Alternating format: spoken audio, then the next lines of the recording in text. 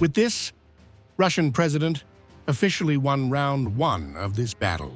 In his first visit to the United States in years, Vladimir Putin didn't just attend the Alaska summit, he seized it. Calm, composed, and unyielding, the Russian president left without a single concession on Ukraine, yet walked away looking like the man steering the US-Russia reset. Flanked by Donald Trump, after more than 4 years without high-level contact, Putin called the talks constructive, useful, and substantial. A careful choice of words that kept the focus on equality, not submission. From the opening moments, he took control of the narrative, calling America a close neighbour, not a rival, invoking the Bering Strait's 4-kilometre gap and centuries-old ties from the Russian-America period. Our countries are divided by oceans, but in fact we are close neighbors in ways, because when I stepped down from the plane, I said, "Good afternoon, my neighbor. I'm so happy to see you in good health and alive." And it's a very good neighborly welcome, a kind of welcome. So we are divided by the Bering Strait.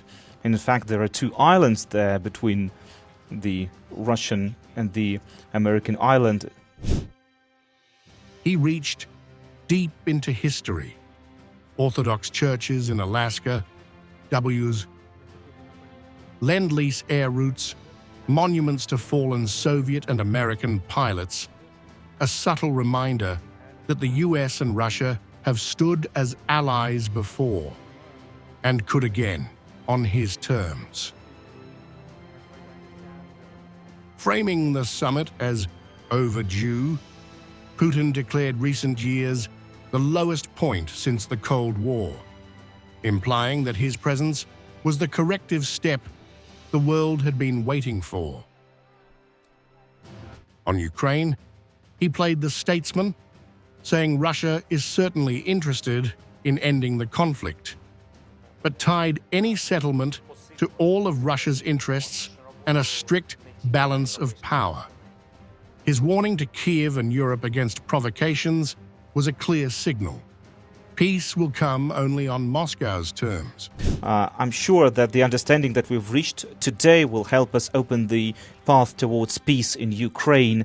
And I hope that in Kyiv and in European capitals they will hear this and they will see this as a positive thing and will not try to create obstacles or create provocations and undermine the progress that we can achieve here.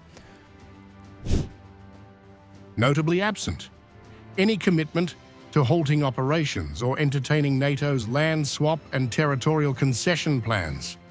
The war, in other words, would not be ending for Trump's photo op.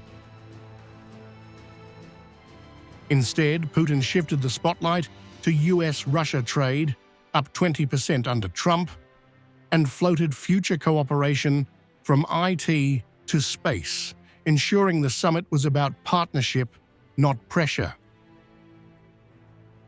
He even contrasted Trump's leadership with Biden's, praising the former's trust-based relations, while recalling how his warnings to Biden about avoiding war went unheeded, subtly framing Trump as the leader who could have prevented the conflict, but not necessarily the one to end it.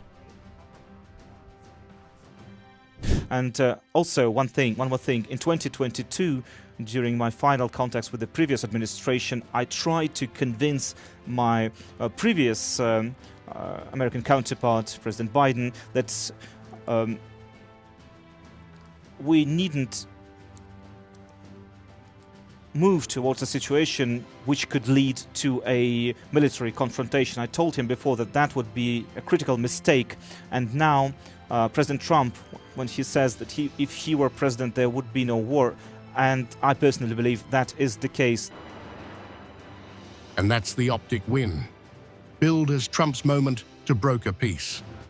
The Alaska summit closed without breakthrough, without ceasefire, without concession.